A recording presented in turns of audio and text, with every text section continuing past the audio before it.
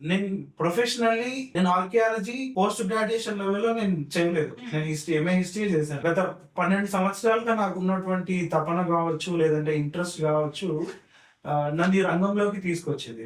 పుస్తకాలలో నేను వరంగల్ గురించి చాలా బాగా చదువుకున్నా. వరంగల్ నేను స్కూల్లో ఉన్నప్పుడు వరంగల్ కోట, సప్త ప్రాకార పరివేష్టితం అని, దాని తర్వాత 7 కోటలు ఉంటాయని చాలా గ్రాండ్ గా చదువుకున్నాను. నేను ఇంటర్మీడియట్ లో వరంగల్ ఫోర్ట్ వెళ్ళినప్పుడు మొత్తం ముక్కలు కనిపించినాయి. అక్కడ నాకు ఫోర్ట్ కనిపించాలి.